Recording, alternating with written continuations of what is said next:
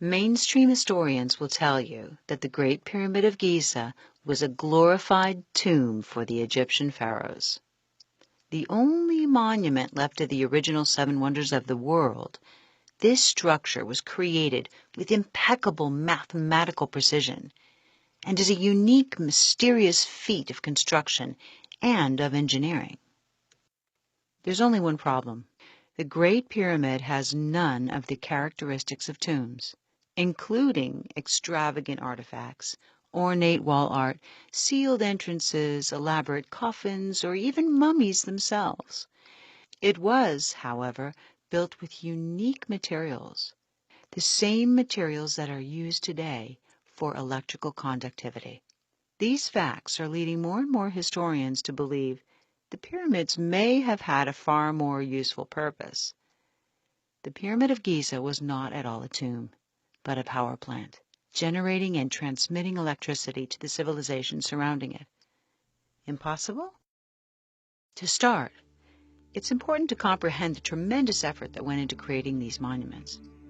The Pyramids of Giza are among no less than 118 of these structures in Egypt alone, and that doesn't even include those pyramids in other parts of the world. Given our current understanding of how early civilizations built their monuments, it would have taken no less than 20 years to build these so-called tombs, and that's if no less than 20,000 workers worked daily. To this day, historians still can't prove exactly how or when they were built. This leads us to ask, what resting place for the dead could possibly be so important that it would warrant such phenomenal effort, time, and precise engineering? Even without knowing that they have nothing in common with regular tombs, you only need to stand before them to realize that's a lot of work for a cadaver. Naturally, we make conclusions based on the assumption that ancient civilizations were more primitive than us. But what if intellectual evolution isn't always linear? Can advanced technology be lost and rediscovered centuries later? Is it possible that an ancient culture had knowledge of and used electrical power? To know for sure, let's look at another case where technology of power generation appears to have been used and then forgotten. We know Edison and Tesla brought electricity into common use moving into the 20th century. Yet, in Iraq in 1934, 3 artifacts were found together: a ceramic pot, a tube of copper, and a rod of iron which, when combined with a liquid acid, can be used to create chemical reactions that produce an electrical charge. Known as the Baghdad or Parthian battery, these materials date back 2,000 years. 10 years after their discovery, someone using grape juice with similar materials successfully generated a few volts of electricity. This process has since been demonstrated on the Discovery Channel's program Mythbusters, where lemon juice activated the electrochemical reaction between the copper and the iron, producing 4 volts of electricity. Nowadays, you can simply search online to find instructions on how to create your own battery using these chemical principles. But historians have long assumed that thousands of years ago there was no knowledge of this technology, that this archaeological find is mere coincidence, even though we've long marveled over artifacts with intricate gold plating, which requires electricity to be created. Quite simply, energy generation happens as a result of simple chemical properties and can be done by anyone with 4 basic materials. So, here are some important facts about the structure and the materials of the pyramid. For starters, it contains angled tunnels which lead not only into the pyramid but deep underground, to areas claimed still to be unexplored. What tomb needs a shaft directed into the earth? We also know that centuries ago there were enormous swivel doors that weighed no less than 20 tons, but miraculously it was so well engineered it could be moved to enter with a push of a hand. Since no Egyptian tomb has ever been found to be deliberately accessible, what was their interest in continuing to visit the mummies, or Could such a door have served the purpose of perhaps containing and insulating the space inside? Though you'd almost never know it, the Great Pyramids of Giza were once covered in white polished limestone, referred to as casing stones. The cuts made in this reflective stone were angled perfectly, so it would have a smooth, flat appearance.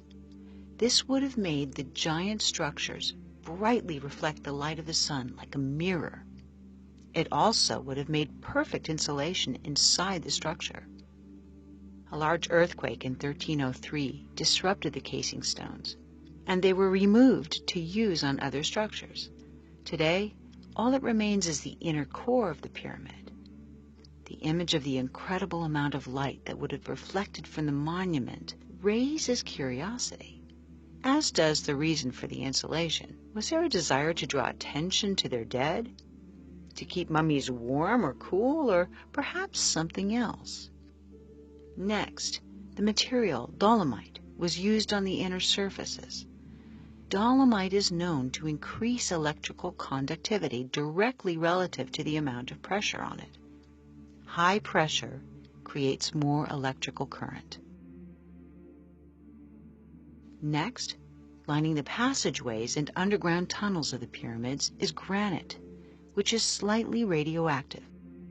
Granite contains high amounts of quartz crystal with metal, and it's a well-known conductor of piezoelectricity. Piezoelectricity occurs as a result of stress or pressure on the quartz, as demonstrated by the wristwatches, which can be charged simply by rapidly shaking them. This granite actually ionizes the air inside the pyramid, creating a chemical reaction which, again, increases the conductivity of electricity. When such electrons are given the chance to bypass sections of rock via metal wire, quite large currents can flow. Another important material used to construct them is the mysterious mortar, 500,000 tons of it, which holds the giant stones in place.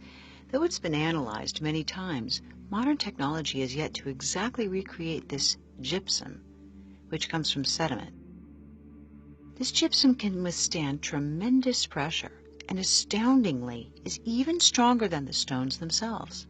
Clearly, it's contributed to keeping the monument intact for thousands of years. But could there be another reason why they used a material which could withstand such high pressure? So, limestone, dolomite, granite, supposedly constructed for a tomb, are, in fact, analogous to the exact materials we use to make electrical wires. They also share a relationship with pressure, which increases their electroconductivity. Just northwest of the Great Pyramid is the Serapeum. Here there are 20 huge granite boxes, each weighing 100 tons. Classic Egyptologists say these are coffins.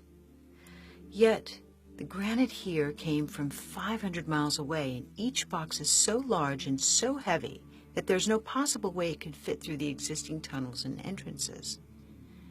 These supposed sarcophagi were therefore somehow built into the structure with such precision they are within a 10,000th of an inch of being perfectly flat. In the meantime, any electrical engineer will explain that a container serving as an energy capacitor or battery must be made entirely of the same substance, so there's no interruption in the magnetic field. Could these boxes be just that? If so, there's a centuries-old granite sarcophagus on display in an Egyptian museum that's thought to be unfinished. Unlike those in the pyramids, this one's cracked, suggesting that perhaps it wasn't unfinished, but simply abandoned, because the crack which occurred would have interrupted the magnetic field, permitting it from successfully serving its purpose. So there is clear evidence to support the possibility of an electrical use.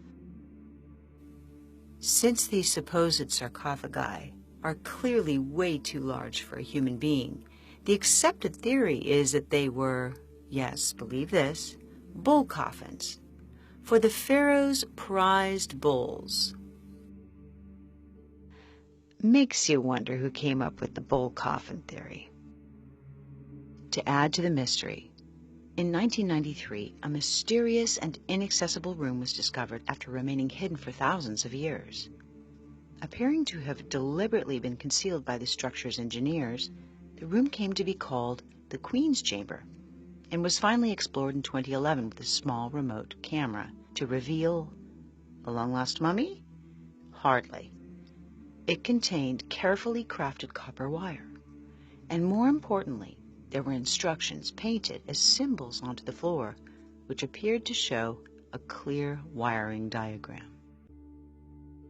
Look at any battery, from those used in large power plants to the smallest pellet batteries in wristwatches, and you'll see that they require a metal, such as copper, to create the chemical reaction known as potential difference.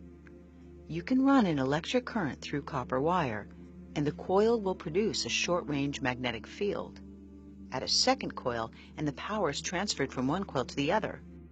A windowless room with copper wirings could create a higher potential on one wall, which transfers energy to the lower potential on the other wall, consequentially releasing electromagnetic energy into the confined space of the so-called Queen's Chamber. Sadly, these wires have since disappeared entirely, and mainstream Egyptologists claim there's no functionality whatsoever to this room, as they also claim there's no functionality of anything in this structure beyond the ways it serves as a tomb. Good place to note, however, that the foremost Egyptologist, Zahi Hawass, was indicted for theft of Egyptian antiquities. It could still be argued that the electrical materials used to construct the Great Pyramid are simply coincidental, because an energy generator still requires a catalyst from another source. Perhaps then this explains why the pyramids are geographically located over a powerful natural generator, underground rivers and aquifers. Physioelectricity could be harnessed from the power of the current as the water flows, and it has been proven that thousands of years ago the Nile River passed directly by where the structures now stand. Of course, this brings in a debate about the age of the pyramids themselves, along with the weathering on the nearby Sphinx, indicating that the monuments are actually double the age they're currently assumed to be. Perhaps that would explain why there's no mention of the pyramids or their creation in any of the Egyptian writings. So if water was a source of power, it would have traveled up the limestone based on the principle of capillary action, which happens when a small area of a substance that gets wet absorbs into the entire area of that substance. So water flowing near or underneath the pyramid could have been absorbed as it passed over the limestone, even traveling upward to the top of the structure. The quartz in the tunnels of the pyramids would subject to the stress or vibration, creating piezoelectricity. The high force, speed of the rising water, and the pressure would be analogous to filling a syringe, generating electromagnetic energy within the structure by the materials within it, and conducting it upwards to the now missing capstone. But why? The geographical location of the pyramid may give us some clues.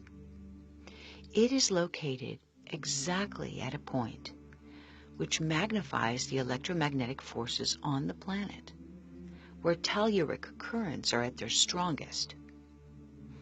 There's an electromagnetic field at the bottom of the pyramid, which would rise to the upper layers with these chemical reactions.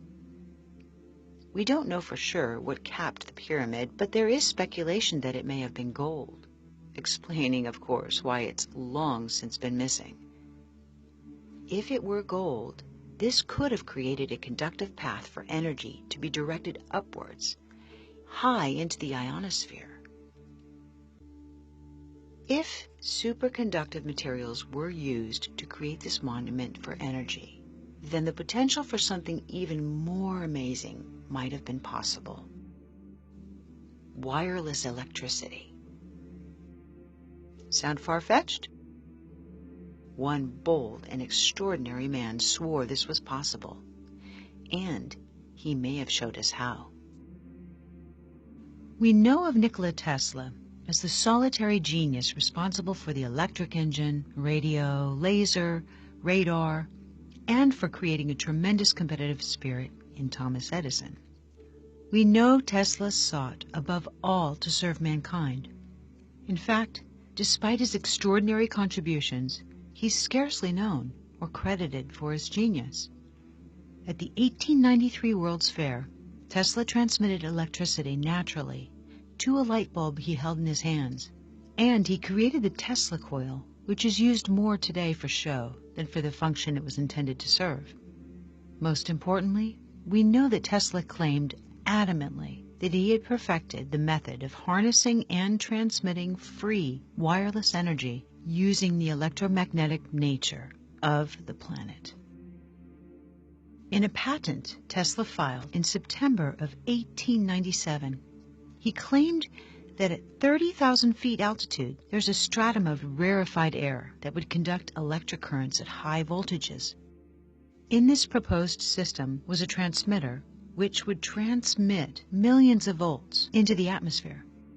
Then he had something receive the electricity and reduce the voltage to a convenient potential to be used by consumers. In an experiment the last week of July in 1903, nearby residents claimed to have witnessed Tesla successfully conduct his experiment at the Wardensife Tower, while Tesla himself, sharing his new method of conductivity, said that it lit up the night sky as if it were a giant fluorescent tube. It's even been said that he successfully wirelessly transmitted pictures and sounds. Though all of his work has been mercilessly destroyed, this cannot be proven. Sadly, Tesla's technology was confiscated shortly after his death. He died in poverty, and the U.S. government destroyed his tower, claiming it was being used by German spies. Had Tesla succeeded in his mission, the distribution of power on this planet would have been very different today. Compare Tesla's technology to the pyramids, the location, height, and electromagnetic materials. We've seen induction between copper wires work for short distances. For a long-distance transfer, the same principle can be applied when acoustic energy is converted to kinetic energy, and the frequencies match. The way an opera singer can shatter a glass when the sound wave he is singing matches the resonant frequency of the glass. So if there's a magnetically oscillating current and you create a second possessing the same frequency, the wireless transmission can pass through solid materials and through long distances. The frequency which would have been released from the pyramid would have to have been matched in the surrounding area. Perhaps this would explain the obelisks, the tall monuments which could be acting as receivers, particularly if there's a quartz stone at the top of them. This would also explain the ancient carvings in Egypt, which so clearly indicate light sources it's boggling to think anyone would even argue it.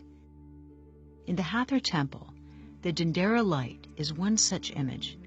It perfectly resembles modern electrical technology, showing a wire inside of a bulb-like area and a box which appears to be a receiver. Across from this carving is a similar image, but the system appears to be falling into the hands of a reptilian-looking being, as though it's a warning of the potential to abuse this technology. Mainstream historians scoff and make more primitive conclusions, but still, the pyramids show no sign of soot from flame torches. Instead, there are multiple carvings which show these antenna-like objects that appear to be a transmitter, near another object shaped like the famous symbol, the Ankh, which appears to be the receiver. Given all this, it seems so much more believable that the Great Pyramid functioned using the same principles and conditions as Tesla sought to demonstrate, that they conducted and directed electromagnetic energy into the ionosphere, where it generated and transmitted electricity wirelessly to receivers within the civilization. We've long believed that the pyramids were just tombs, but this theory raises more questions than it answers. Why do they have nothing in common with other tombs? Why the unique construction materials made to build it including the very materials required for conducting power. Why the oversized granite boxes proven to have never contained any mummies, or the ones that are clearly too large for humans?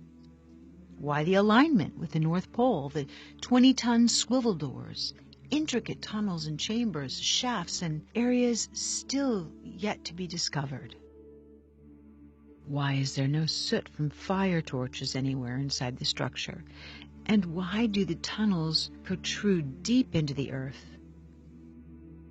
These mysteries still elude our understanding, but more and more people are accepting the possibility that the Great Pyramid of Giza had a more important function than we understand. We know there is a heightened electromagnetic measurement around the pyramid that's equivalent to that made in an electrical storm. We also know that if you look at them from space, you can see that they're actually 8-sided, not 4-sided, and that there are strange heat spots observable only with special equipment. They have unique electric materials, including copper, and a design that suggests high pressure and water power. They have a powerful magnetic structure and placement over the telluric currents. They're aligned with the stars, and the unique art of the area shows clear depictions of wired light sources. All these things suggest there's a lot more to this story than we've been told. All these circumstances make the likelihood high that the pyramid was created to be a compact energy generator and a broadcasting system that transmitted electricity wirelessly. The implications for this understanding of electrical power by an ancient culture is huge. It would rewrite history as we know it. Do you think that free energy could be transmitted wirelessly around the world?